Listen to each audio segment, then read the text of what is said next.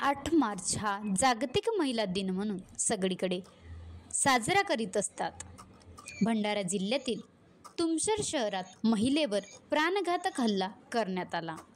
शहरातील रामकृष्ण नगर निवासी सौ कुंदा भूपेंद्र पाहुणे वय 29 व तिचे पती भूपेंद्र गणेश पाहुणे वय 37 यांच्यात वाद निर्माण झाला.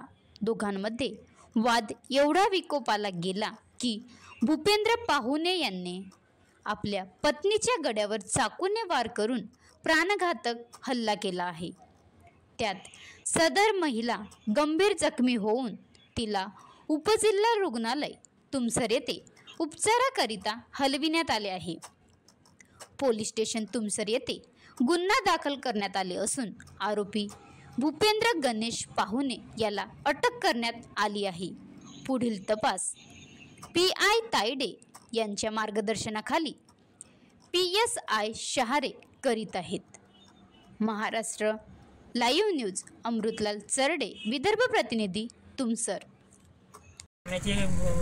आजीबाई नुसती सर शिवा देते आणि नुसती गुरगुर पाहिजे सर. ते राज्य समा पत्नीले मला शिवा देते सर.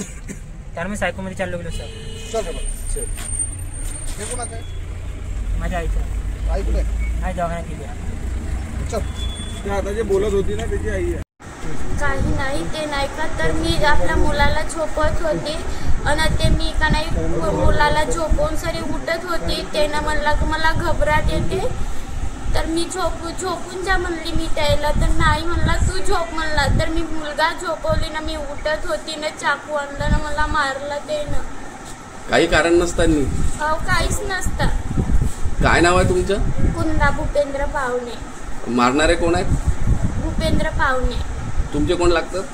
पती.